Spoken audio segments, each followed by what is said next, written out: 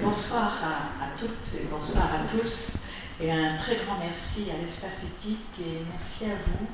Moi, j'ai vraiment entendu votre invitation à venir ce soir comme un honneur et un signe d'amitié. Alors, excusez-moi, je ne suis pas médecin. Personne n'est parfait.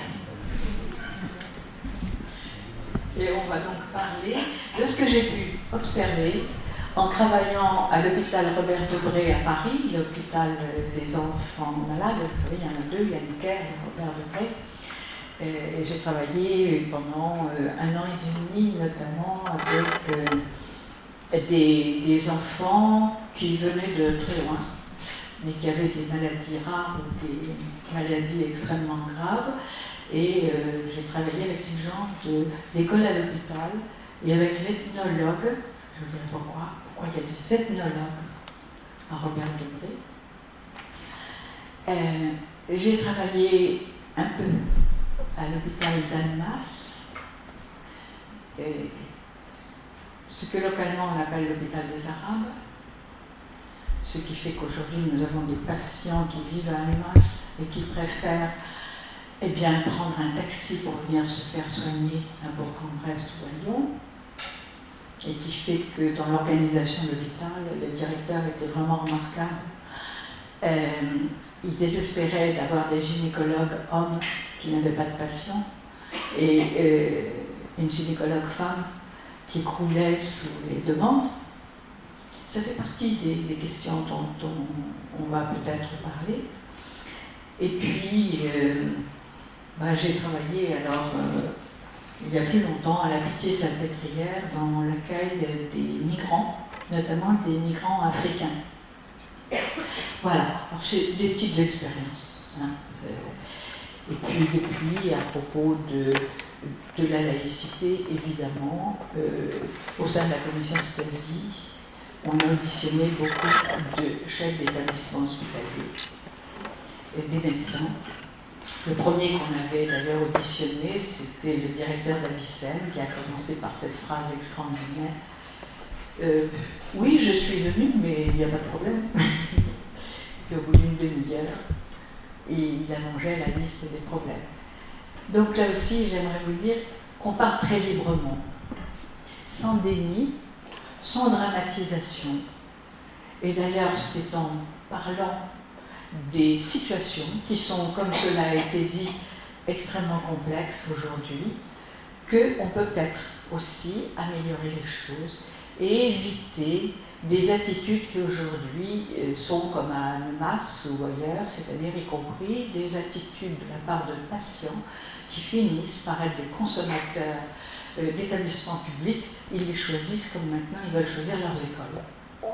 Et je pense que voilà, et il faut dire que les magazines qui mettent des classements ne facilitent pas les choses, parce qu'évidemment, on a le nombre d'étoiles possibles et imaginables. Voilà. Bon, alors, on commence. Le corps n'est pas une machine. Il a fallu des siècles, vraiment des siècles, pour qu'on sorte de cette idée, parce que on voyait le corps comme une entité détachée de l'âme. Et donc, le corps avait sa logique à côté de l'âme. Bon, aujourd'hui, évidemment, la dimension individuelle du patient et de la relation au patient, avec son histoire, ses représentations, ses perceptions, ses croyances, ses références culturelles, fait partie de la clinique, de la relation au patient et des soins.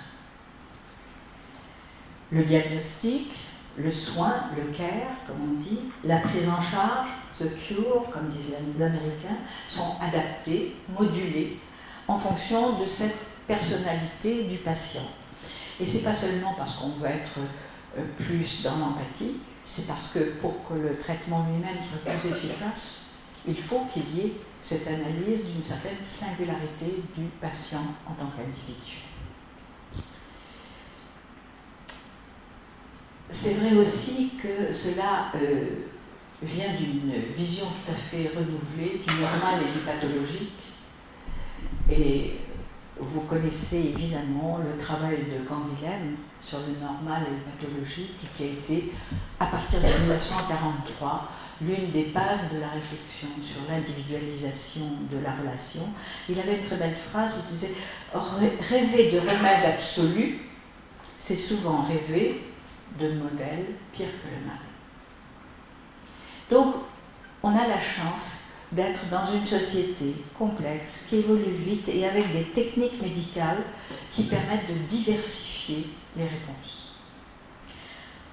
Mais parallèlement, on assiste à une montée de demandes, de revendications de la part de patients, de familles de patients qui cherchent à influencer les choix du personnel soignant. Alors là, on a tout, hein. Il y a ceux qui vont sur Internet et qui arrivent et qui savent déjà ce qu'ils ont. Et puis, il y a ceux qui se réclament de tradition, qui professent des convictions, et ils ont l'impression que ça leur donne des clés de compréhension et des clés de guérison. Alors, si on regarde bien, moi je le vois par, étant donné mon âge, entre ce que j'ai observé à la Salpêtrière, après à Robert Debré, plus récemment à Annemasse, il y a une évolution considérable dans cette façon de voir le rapport au corps. Mais ça va aussi bien de ceux qui vont sur Internet que de ceux qui se réclament de tradition. Et c'est pas seulement en France. Est-ce qu'il y en a quelques-uns qui ont vu le film britannique My Lady ? Oui, c'est intéressant. D'ailleurs, les réponses en Angleterre ne sont pas celles qu'on aurait en France. Mais la question des transfusions, de la transfusion à un enfant, lorsque les parents sont témoins de Jéhovah, tous les problèmes qui se posent, c'est d'ailleurs un très beau film, très fort. Et pourquoi on a un film sur une question comme celle-là ? C'est parce qu'il y a une importance croissante des questions de ce genre qui apparaissent. Il y a une trentaine d'années, on plaisantait sur la façon de parler du corps. On disait, bon, les Américains n'ont jamais mal au foie. Vous savez, ils ont mal à l'estomac, mais pas au foie. Parce que selon les cultures, les organes n'ont pas la même noblesse. Les Africains que j'avais vus, notamment des pays du Sahel, disaient leur malaise en termes de suffocation et de difficulté de respiration. Alors, dans un premier temps, on les a envoyés tous en pneumologie. On s'est aperçu que ce n'était pas forcément la bonne indication et qu'il fallait aller au-delà dans l'analyse. Les Allemands m'ont toujours étonné dans la façon très décomplexée dont ils parlent de leur Bauchschmerz, leur maux de ventre. Vous avez des messieurs cravatés, etc., qui vont vous parler de leur maux de ventre. Et puis, vous savez tous, en France, quand on a la nausée, ben on a mal au cœur. Quand on a un lumbago, je sais ce que c'est pour ça que j'ai salué les cliniques. Quand on a un lumbago, on a mal au rein. Donc, il y a une façon de parler du corps dont on plaisantait. On savait qu'on utilisait des images qui étaient culturelles. Bon, aujourd'hui, on n'en est plus tellement dans l'amusement. On est dans une autre relation au corps, avec des questions plus graves. Et notamment avec des attentes, des demandes à connotation culturelle de la part des patients, de la part de leurs familles, parce que les familles s'invitent évidemment dans les demandes, et ça s'exprime dès les centres d'appel. Je ne vais pas faire une analyse de l'appel qui a été si mal reçu il n'y a pas très longtemps, dans Val d'Oise, je crois, oui. Comment ? Je ne sais plus, enfin peu importe. Mais moi, quand j'ai entendu la personne qui disait « je souffre, je vais mourir », c'est ce que j'ai entendu au Burkina Faso tout le temps, sans localisation de la souffrance.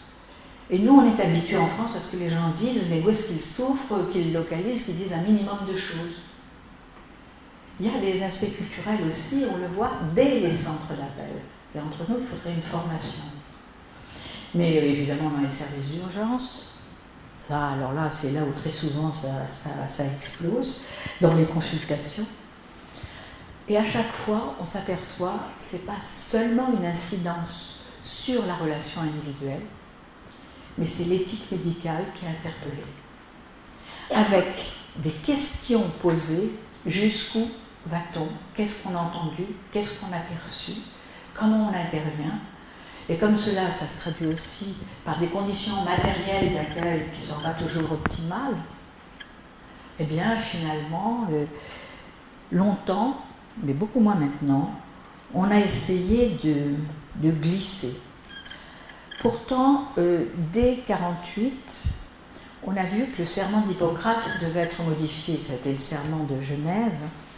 Et si vous voyez bien, des millénaires de serment d'Hippocrate, et depuis le serment de Genève, ça n'a pas arrêté d'être modifié jusqu'à l'année dernière, en 2017. Et aujourd'hui, au niveau européen, on n'arrête pas, parce qu'on est obligé de s'interroger à la façon dont on écoute, dont on accompagne, dont on informe le patient et sa famille. Eh bien, oui, on est actuellement en train d'essayer de créer un serment européen. On ne l'a toujours pas. Et notamment, je regardais des travaux autour de ce serment européen. Il y a énormément de conflits qui viennent de ces aspects culturels, aussi bien de la société en général, du corps professionnel, des corps professionnels de santé, mais aussi des patients. Donc on a aujourd'hui quelque chose qui fait que le rapport au corps est éminemment philosophique, éthique, juridique, politique, d'où le caractère passionné des débats de bioéthique. Alors permettez-moi de commencer par deux anecdotes avant d'entrer sur qu'est-ce que c'est qu'un hôpital laïque, et ensuite ce que j'appellerais le choc des réalités. On est clair maintenant sur les règles, mais le choc de réalité est tel qu'on n'est pas du tout clair dans la façon de les appliquer. Première anecdote, au début des années 90, j'animais une commission, la liberté d'expression religieuse dans une société laïque. C'était à la Commission nationale des droits de l'homme. Et il y avait les hauts dignitaires de toutes les religions. Monseigneur Lustiger, le grand rabbin Situruk, le recteur Boubacar, les protestants, puisque les protestants sont toujours à plusieurs, les bouddhistes qu'on a auditionnés, puis évidemment, des gens qui se réclamaient de la libre pensée, de la laïcité, etc. J'ai adopté la méthode laïque. Alors je dis tout de suite, c'était vraiment très amusant, ils étaient tous très courtois, j'étais la seule femme. Ça gênait moins à l'époque que ça gênerait aujourd'hui. Et heureusement, il y a des femmes parmi les religieux qui ont aussi des fonctions importantes aujourd'hui, mais voilà. Et donc j'ai proposé une méthode laïque. Je leur ai dit, quand on est laïque, on part de la demande. On part de vos revendications et on essaye de voir comment on peut y faire droit. Donc il n'y avait pas, c'est vraiment la méthode laïque. Et on a fait une sorte de brainstorming, au bout d'un certain temps, je leur ai proposé 4 colonnes qu'on va retrouver tout au long de nos exemples. Le temps du religieux, c'est-à-dire les temps de prière, les temps de cérémonie, les temps de jeûne, les temps pour aller faire un pèlerinage. L'espace du religieux, les lieux de culte, les lieux de prière, les aumôneries. Bon, je ne vous parlerai pas à l'hôpital des lieux de pèlerinage. Bon. La troisième colonne, le corps et le religieux. Et là, évidemment, tout ce qui concerne le corps, dans les demandes religieuses, Et puis la quatrième colonne, pardon, pas la cinquième colonne, la quatrième colonne, celle du statut des personnes. Alors c'était très intéressant parce qu'on était beaucoup plus serein à cette époque-là.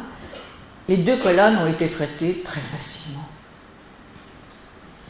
Et tout le monde a rendu un hommage extraordinaire à la laïcité. Je me souviendrai toujours de Monseigneur Lustiger qui avait un humour caustique et qui disait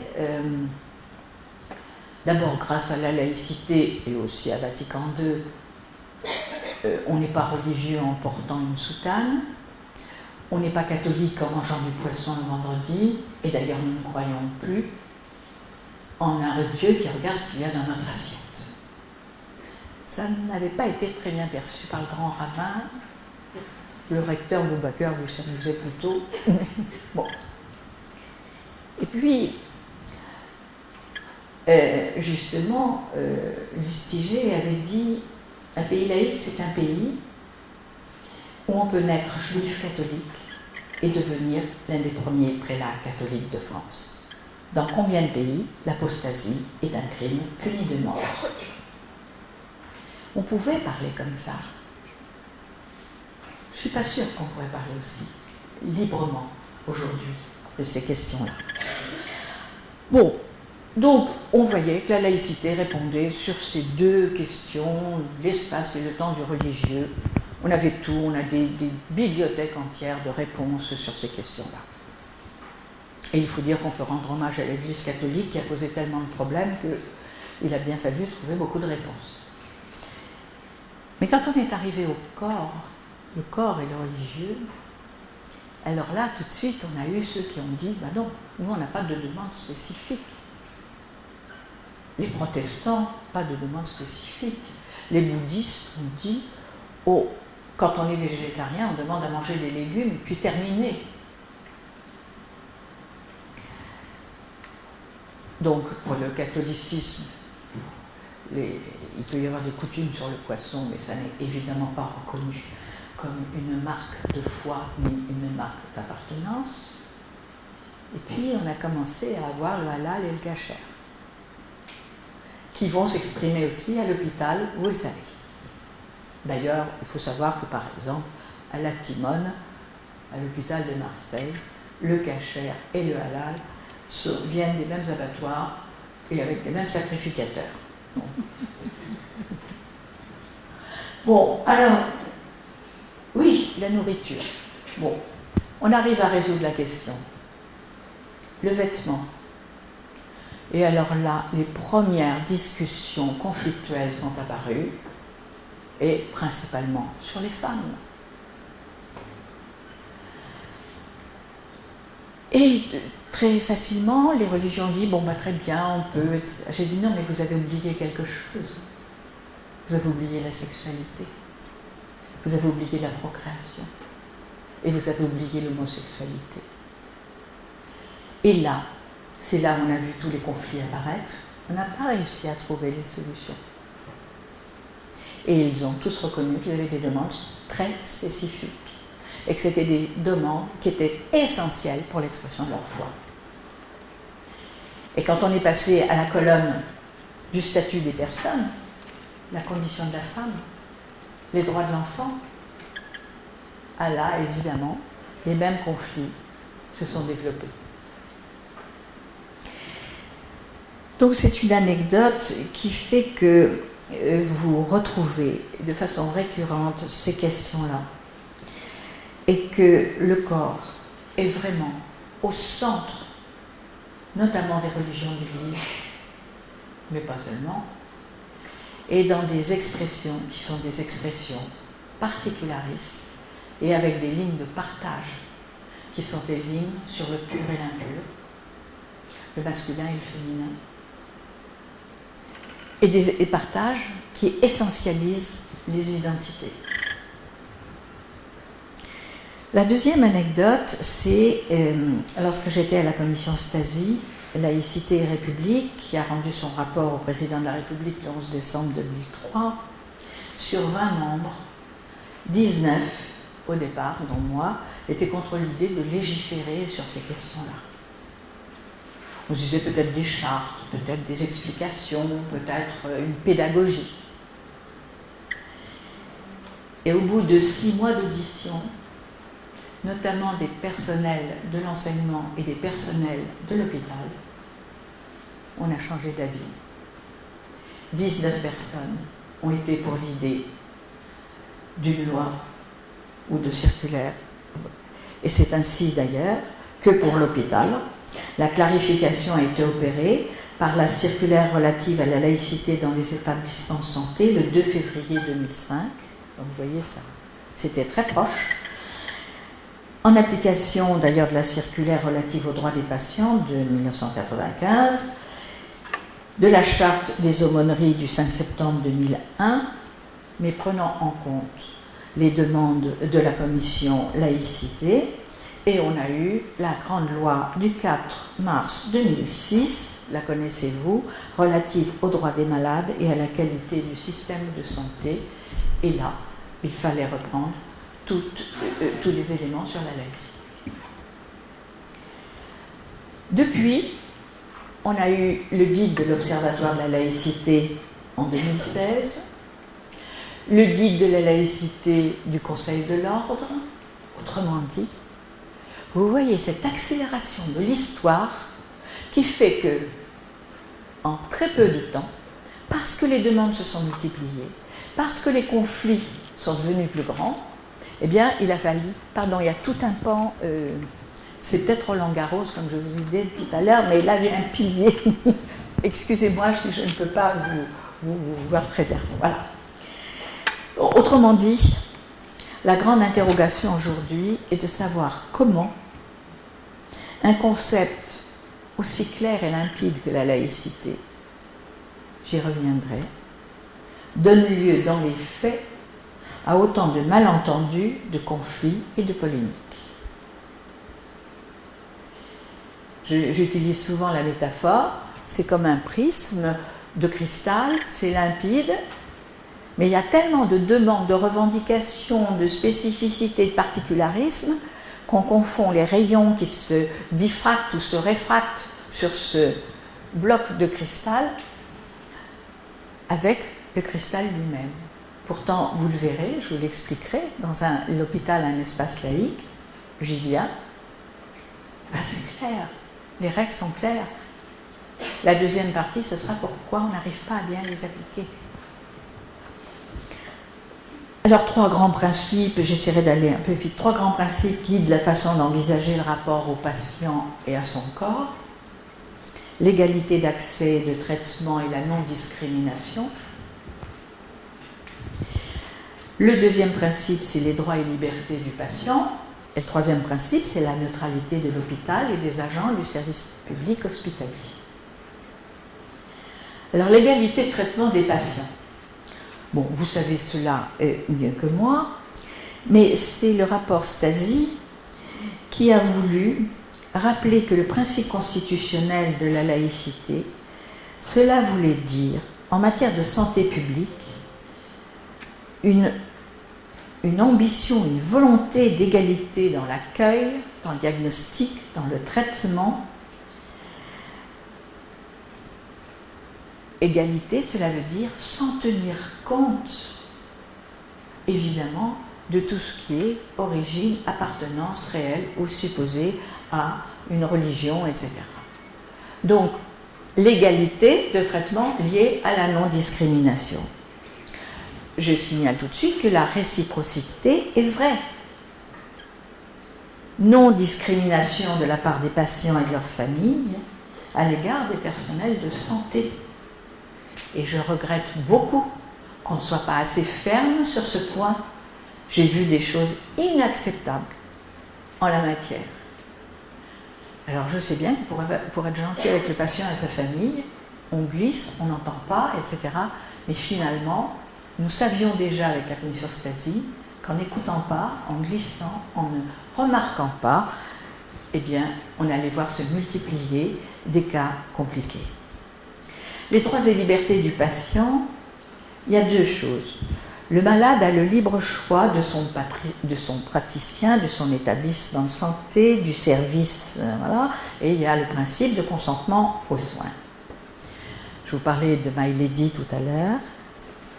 Consentement en soins, dans quelles conditions? Et nous savons qu'avec les progrès de la médecine, en bioéthique, on va parler de plus en plus du consentement éclairé. Si vous êtes dans une pensée close qui vous explique comment exprimer son corps et son consentement, la hiérarchie des rôles familiaux, il est où le consentement? Le consentement individuel.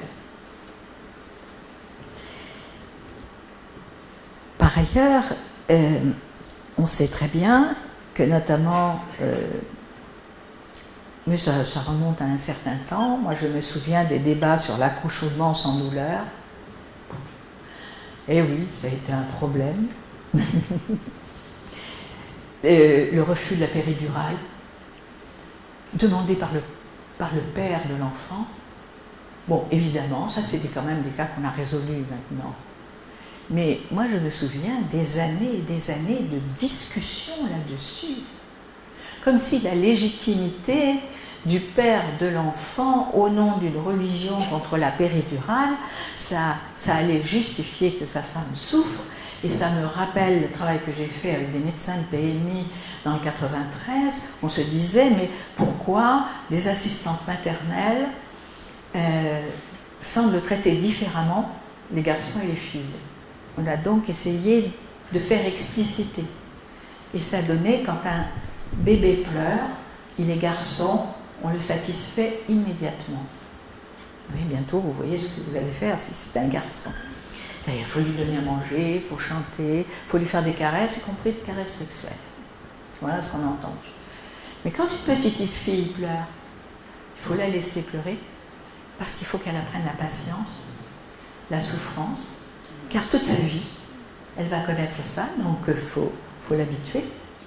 Et je vous assure que c'était tous les médecins de PMI avec lesquels j'ai travaillé sur le département. Ça s'est amélioré depuis. Bon, l'autre liberté, c'est évidemment pour les patients de se voir garantir la libre pratique de leur culte et la manifestation de leurs convictions religieuses. Vous avez vu, je ne suis pas tout de suite tombée là-dessus parce que je voulais montrer que c'était tout un ensemble. Alors, les hospitalisés, vous le savez, doivent être mis en mesure de participer à l'exercice de leur culte. C'est un droit, c'est une liberté. Et ils reçoivent, sur demande de leur part adressée à l'administration, la visite du ministre du culte de leur choix. Alors là, il y a des choses amusantes. Parce qu'il y a quelques années, il y avait pas mal d'aumôniers bouddhistes dans la région parisienne. Mais pas beaucoup de... Bon, il y avait pas mal de bouddhistes à l'hôpital de Thiers parce qu'on avait accepté des techniques d'acupuncture, enfin, etc. Bon. Mais c'était des endroits où il y avait des aumôniers. En prison, c'était pareil. Il y avait beaucoup d'aumôniers bouddhistes et peu de bouddhistes en prison. Bon. Mais l'idée était que l'aumônier, mais il pouvait être catholique, il pouvait être bouddhiste, il pouvait être musulman, il pouvait entendre. Aujourd'hui, les demandes sont des demandes spécifiques. On veut l'aumônier qui corresponde à sa confession. Oui. Alors vous connaissez les règles, je ne les rappelle pas. Le livret d'accueil doit comporter des indications sur les différents cultes et le nom de leurs représentants. Et il y a de plus en plus des règles très précises concernant la matière mortuaire, les familles de malades en fin de vie, avec la possibilité de leur garantir d'être dans la discrétion souhaitable, dans une chambre individuelle, qu'il y ait une chambre mortuaire, etc. Ça, ce qui est très intéressant, c'est que ça a été fait au nom de la laïcité, et pas au nom du bien-être du malade, pour contre, là, il ne l'est plus, mais au nom de la laïcité. Alors le problème, c'est de faire comprendre que toutes ces libertés, elles ne peuvent s'exercer que dans le respect de la liberté des autres. L'un des grands principes Soyez la bienvenue. L'un des grands principes de la laïcité, c'est la conciliation des libertés. Pourquoi on ne vous en parle jamais? C'est même le principe sur lequel la Cour européenne des droits de l'homme fonde ses jugements. Et donc, la conciliation des libertés, c'est que ma liberté, c'est pas seulement s'arrête à la tienne, c'est que ma liberté doit tenir compte de celle des autres. Le corps du patient, c'est aussi le respect des praticiens, des personnels soignants. La laïcité, c'est la conciliation des différentes demandes. Et là, je m'arrête un point. C'est que, qu'est-ce que ça veut dire de dire, par exemple, porter un signe religieux, c'est une liberté? Oui, mais ce n'est pas une liberté absolue. Et c'est pour ça qu'on avait distingué à la commission Stasi les signes discrets et les signes ostensibles. Je travaille avec des personnes, puisque je suis dans le dialogue euro-arabe à l'UNESCO depuis 14 ans, dont la famille a été des femmes, des hommes menacés et des femmes défigurées au vitriol parce qu'elles ne voulaient pas porter le voile. Mon amie Chala, elle a été arrêtée par la police du mauvais voile, 12 000 policiers en Iran spécialisés dans le mauvais voile. Elle portait un voile, mais il n'était pas réglementaire, il n'était pas assez opaque, il n'était pas assez sombre et il laissait voir les cheveux. Ça voulait dire être interné avec les prostituées, subir les sévices des prostituées.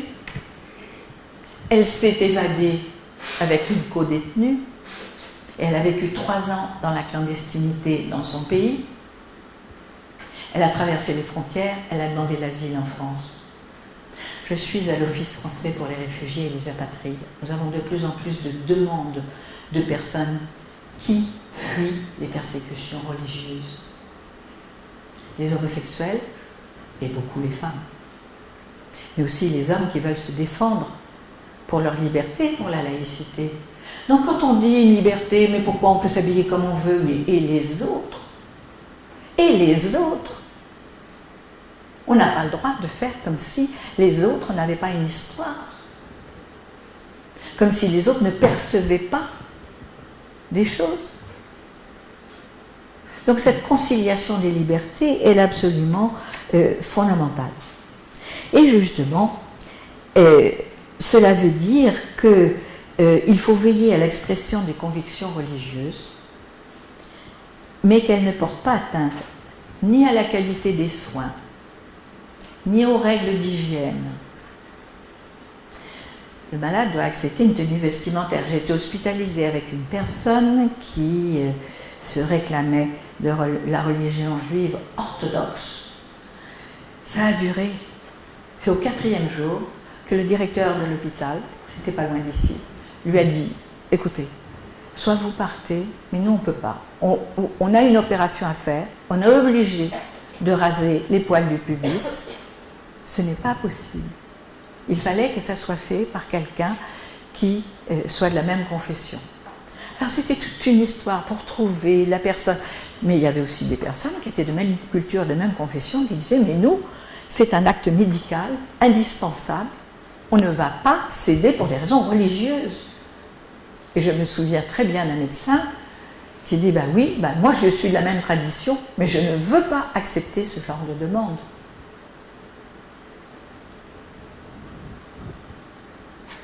Le 3e point, c'est la tranquillité donc, des autres personnes hospitalisées. J'ai eu des expériences en tant que patiente. Je dois dire que j'adore fêter la rupture de jeûne. Mais à l'hôpital, quand vous êtes sous morphine, que vous avez la nausée, que vous avez mal, voir débarquer 6-7 personnes dans la chambre avec plein de nourriture, y compris de la nourriture gardée chaude, avec les odeurs. Autant j'adore la rupture du jeûne, mais pas dans ces conditions-là. Ça, c'était à Édouard Herriot. Et je comprends je tiens à témoigner de l'embarras de personnes, y compris, donc qui peuvent être de la même confession, etc., mais qui disent on est à l'hôpital, on respecte les règles. Et quand ils le disent trop fort, ça crée des conflits. Il y a des familles qui menacent de faire des procès en justice. Donc parfois, on passe. La troisième règle, c'est la neutralité du service public. Alors, deux, trois petites choses que vous connaissez, mais que j'aimerais quand même préciser. Parce que là, on a une jurisprudence, ah là là, vraiment très abondante. Donc, vous le savez, le fait pour un agent du service public de manifester dans l'exercice de ses fonctions, ses croyances religieuses, notamment en portant un signe destiné à marquer son appartenance à une religion, constitue un manquement à ses obligations et il peut être sanctionné. On a énormément aujourd'hui de jurisprudence sur la barbe et le voile. Tout récemment, un monsieur, c'est intéressant parce qu'il était stagiaire dans le cadre d'une convention avec l'Égypte.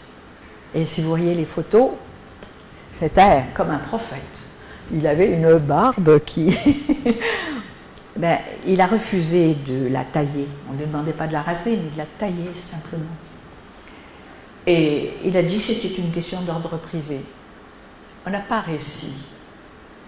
Et justement, on n'a pas réussi à lui faire comprendre, à expliquer. Je tiens à dire que vous avez des conditions matérielles qui ne sont pas faciles. Mais on a essayé dans un hôpital que je ne nommerai pas, de calculer le nombre d'heures passées à négocier sur des revendications particularistes. Eh bien, je vous assure que ça coûte cher aux contribuables. C'est beaucoup de temps passé pour essayer d'expliquer.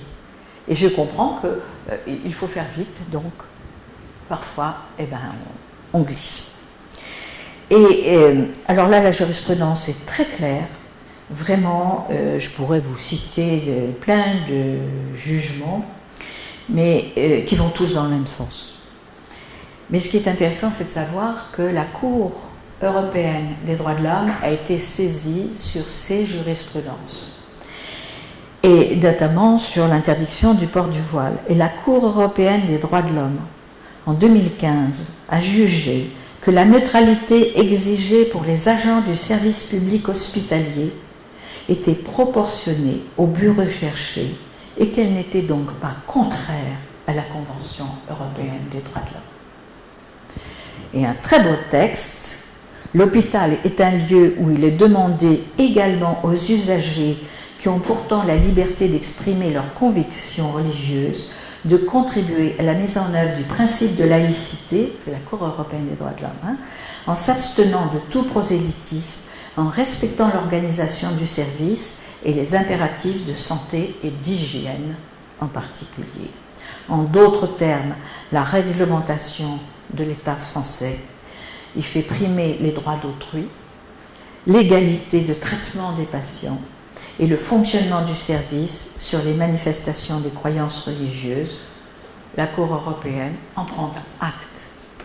Je ne sais pas si vous avez remarqué, mais les journalistes oublient toujours de dire ça, parce qu'ils aiment tellement les polémiques qu'ils nous sortent toujours là où, paraît-il, il s'est passé des choses. Alors, les cas concrets, il y en a plein. Une chirurgienne d'un CHU qui a souhaité porter le foulard lorsqu'elle procédait aux visites post-opératoires. Elle a été condamnée. Un agent hospitalier, homme, qui invoque des raisons religieuses pour refuser de serrer la main de ses collègues femmes.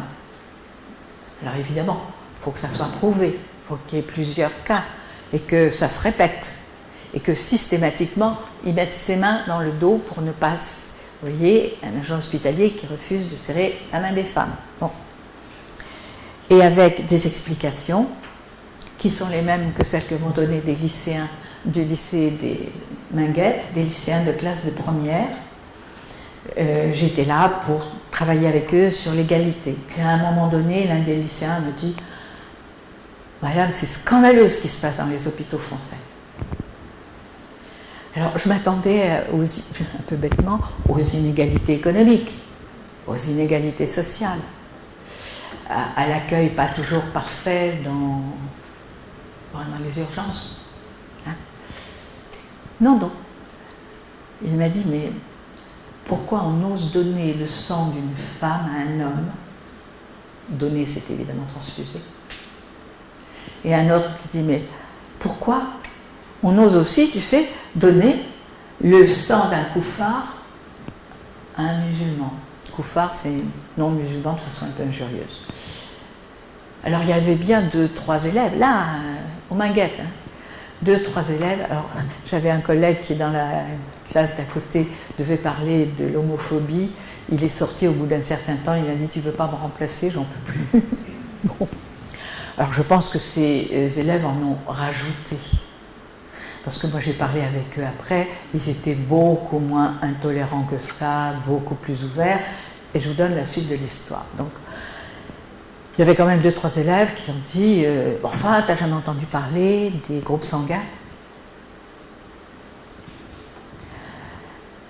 Oui, bon, non, ça c'est pas convaincant. Donc j'étais obligée de dire « Bon voilà, on sort, vous faites les idiots, il y en a un qui est renversé, et il faut une transfusion sanguine. » Et il se trouve que j'ai le même groupe sanguin que toi, par exemple. Alors qu'est-ce qu'on fait? Et là, il y a eu la réponse qui montre à quel point on ne parle pas du religieux, mais de l'instrumentalisation religieuse. J'y reviendrai. C'est pas la religion, c'est l'instrumentalisation de la religion. Il me dit « Oh, vous êtes sympathique. » Il faudrait améliorer les leçons au lycée sur ces questions-là. Bon, donc,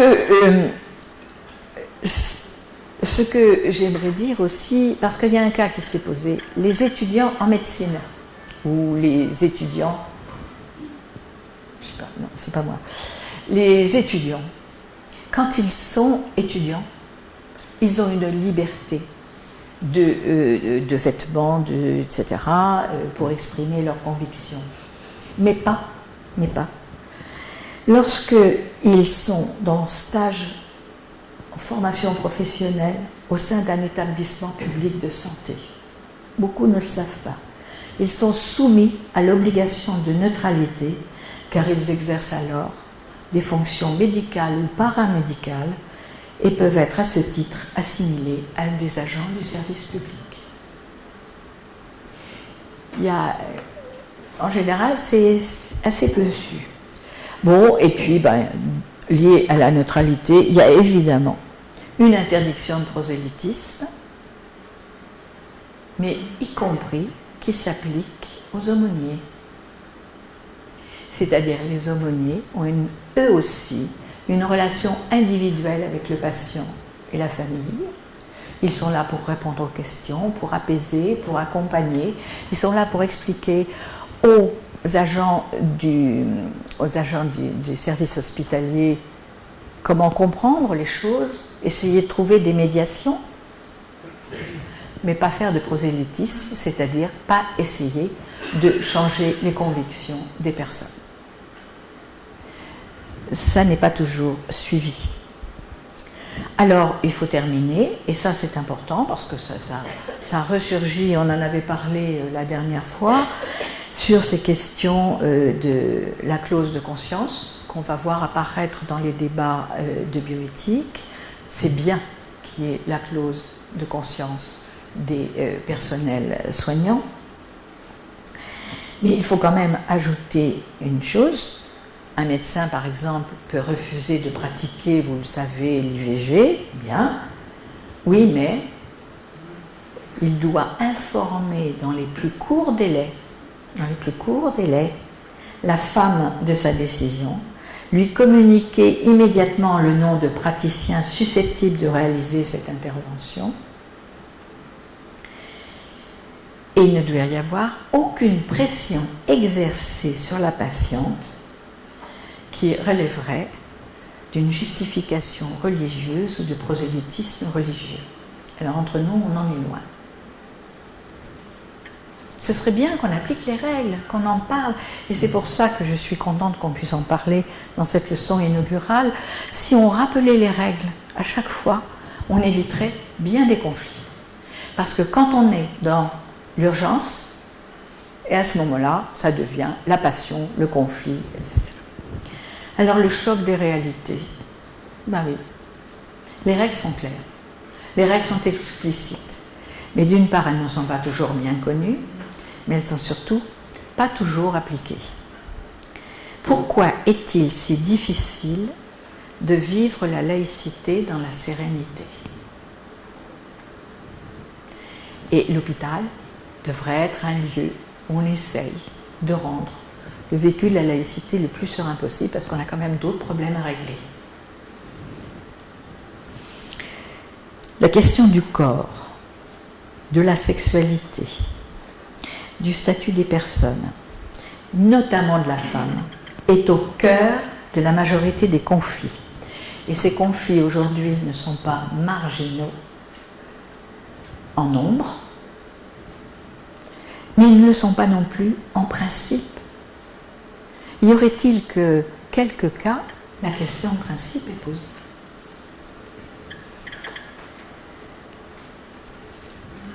Alors, la question, en fait, est de savoir, et je vais être un peu provocatrice, mais pourquoi les religieux, je dis bien les religieux, parce que dans la religion, on peut trouver des spiritualités, de la philosophie, de l'art, de la recherche scientifique, plein de choses. Non, là, on ne parle pas de ça. On parle de revendications, de pratiques et d'une instrumentalisation du religieux. Parfois, les gens sont de bonne foi, mais il y a aussi ceux, ça je peux vous le dire, pour maintenant travailler sur les formes de radicalisation, on est payé pour faire pour demander des pratiques, pour poser des revendications. Je connais les prix, c'est pas mal. Et pour voir, on testait jusqu'où le service public va accepter. Alors, la question est en fait de savoir pourquoi les religieux sont-ils à ce point obsédés par le corps et la sexualité et la procréation. Bon, vous le savez. Je ne vais pas développer.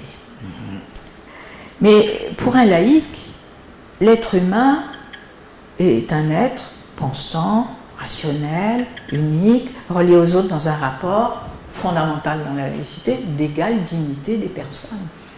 D'égale dignité des personnes. C'est l'exacte traduction, et tous les fondateurs de la laïcité l'ont écrit, l'exacte traduction des droits de l'homme et du citoyen dans le domaine des convictions. Or, précisément, la conception de la vie, de la mort, la souffrance, la sexualité et la procréation, c'est précisément sur ces points que les religions ont toute la volonté d'exercer leur magistère et de poser des tabous, des interdits, des prescriptions. Juste une remarque quand même, hein. Les gens qui sont agnostiques, qui sont athées, vous les avez vus demander des choses particulières?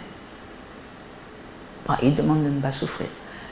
Vous avez entendu les protestants, qui sont bien laïcs, demander quelque chose? Vous avez entendu une majorité des catholiques demander quelque chose? Non, il y a un vrai problème par rapport à la notion de pureté du corps que l'on voit dans des religions. Et la notion de pureté, quand des garçons et des filles, je travaille surtout avec des lycéens et des jeunes radicalisés, me disent les femmes sont faibles, mais surtout impures. D'ailleurs, leur sang est noir. C'est pour ça qu'elles le perdent tous les mois. Vous croyez que vous pouvez avoir une vision de la liberté du corps et de l'égale dignité des personnes? Alors, autrement dit, bon, ce n'est pas la laïcité qui pose problème.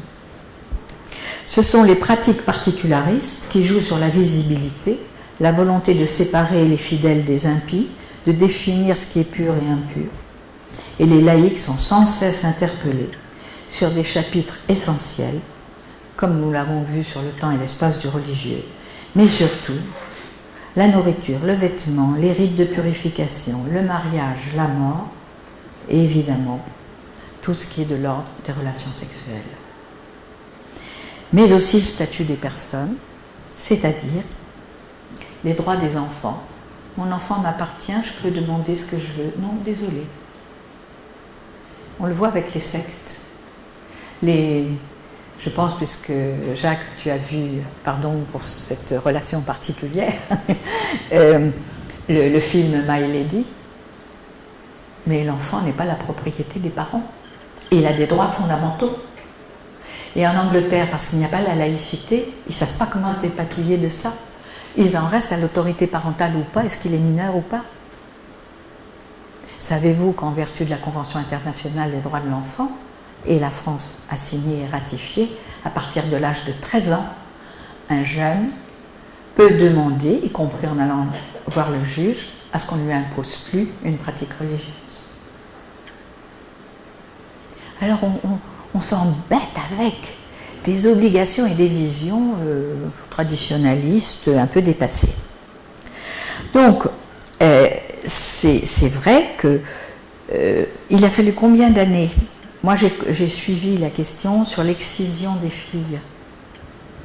La France s'honore d'avoir été le premier pays à accorder l'asile politique à des femmes qui quittaient leur pays parce qu'elles ne voulaient pas que leurs filles soient excisées. Curieux, pourquoi on ne vous parle pas de ça? Ce serait intéressant. Et puis, c'est l'excision, c'est la façon dont on traite la stérilité, c'est le problème du veuvage, c'est le problème des femmes célibataires. Nous avons de plus en plus, pourquoi sur les bateaux en Méditerranée, vous avez des femmes enceintes? Si vous avez le malheur d'avoir un enfant hors mariage, il vaut mieux vous expédier avant, et en plus, si vous accouchez, par exemple en France, vous ne pourrez plus être expulsé, et d'autre part, à partir de l'âge de 13 ans, vous pourrez réclamer la nationalité française pour votre enfant. Et puis, c'est les femmes adultères, c'est tout ça. Vous connaissez les sanctions. Dans certains pays, ça va très loin, les sanctions, pour ces questions-là. Et nous avons des personnes ici, avec les associations, notamment l'association de Madame Sissoko, qui fait un travail remarquable. Actuellement, on compte en France environ 60 000 personnes, quelques hommes aussi, notamment des homosexuels, qui sont venus pour demander qu'on les défende d'un mariage forcé. À Échirol, il y avait un marché aussi de mariage avec des handicapés. Au pays d'origine, on ne disait pas que la personne était handicapée. On organisait un mariage. Bon, c'est plein de choses. Alors je vous le dis, c'est pas la religion. La religion a permis le meilleur, des choses magnifiques. Non, c'est l'instrumentalisation du religieux dans des pratiques qui vont interférer dans la vie de nos institutions et notamment de nos hôpitaux. Mais il s'agit aussi d'une question de mentalité. Je le dis haut et fort, je connais bien les milieux laïcs. Le nombre de laïcs machos, c'est pas mal non plus. J'ai quitté une association dont je ne suis plus présidente avec un mot en disant que je ne voulais pas renouveler mon mandat parce que j'en avais assez d'être une décoration florale au milieu de la table du banquet républicain. Il n'y a pas si longtemps. Combien y a-t-il de mandarins en médecine qui n'ont pas toujours été dans l'égale dignité des personnes? Et les femmes qui ont eu du mal, alors maintenant on reproche que ça soit plutôt féminisé, mais enfin... Donc il y a aussi une question de mentalité, ne renvoyons pas tout à la religion. Et puis, j'aimerais bien qu'on en sorte. J'avais travaillé avec Ségolène Royal sur le bizutage. On arrête le caractère odieux des bizutages. On peut avoir des rites initiatiques de passage, oui. Mais pourquoi le bizutage odieux sur le corps, l'humiliation du corps? Questions? Alors donc, Paul Ricoeur disait que la laïcité, c'est d'abord une éthique de la responsabilité. Il avait donné un exemple, par exemple à l'hôpital, l'éthique médicale est une éthique de la responsabilité. Allez, je vais aller vite à la fin parce que j'aimerais qu'on parle. Il nous faut travailler sur la prise de conscience de ce que les personnes ont envie de dire. Elles ont le droit de dire leur malaise, leur souffrance en fonction de leur culture. Et qu'on n'aille pas trop vite dans une assignation identitaire religieuse. Parfois, c'est la seule façon qu'elles ont de parler. Elles ont des demandes, justement, souvent beaucoup plus qu'on ne croit, qui est de reconnaître ce qui nous est commun, universel. Mais si on ne le laisse pas s'exprimer, si on n'interroge pas là-dessus, eh ben on n'aura pas les réponses en ce sens. L'intérêt général, je travaille beaucoup avec des femmes, eh ben vraiment, elles comprennent très bien. Mais la première façon de répondre, c'est je réponds comme ça parce que ça a toujours été comme ça. Mais on en sort assez facilement. Et donc, cela signifie qu'il faut qu'on accepte vraiment les libertés du patient. Il faut qu'on accepte le pluralisme des opinions et des convictions. Mais en même temps qu'on soit très clair sur la mise à distance des dogmatismes, des vérités absolues et des intégrismes. Il faut qu'on vante le principe de compatibilité des libertés. Y compris, moi je fais des jeux de rôle en disant maintenant je suis à votre place, alors qu'est-ce qu'on fait? Vous me niez ce droit-là à moi? Non. Il faut montrer que derrière tout ça, il y a des choix et qu'on respecte les choix. Mais alors ne soyons pas naïfs vis-à-vis de la politisation du religieux aujourd'hui, de revendications prosélytes organisées, financées, et croire que c'est la coutume de ces personnes. Non. Ne soyons pas coupables. On se sent coupable par référence à un passé. Eh oui, on a un passé colonial. Par peur d'être jugé intolérant. Eh oui, on a eu tellement de guerres de religion, etc.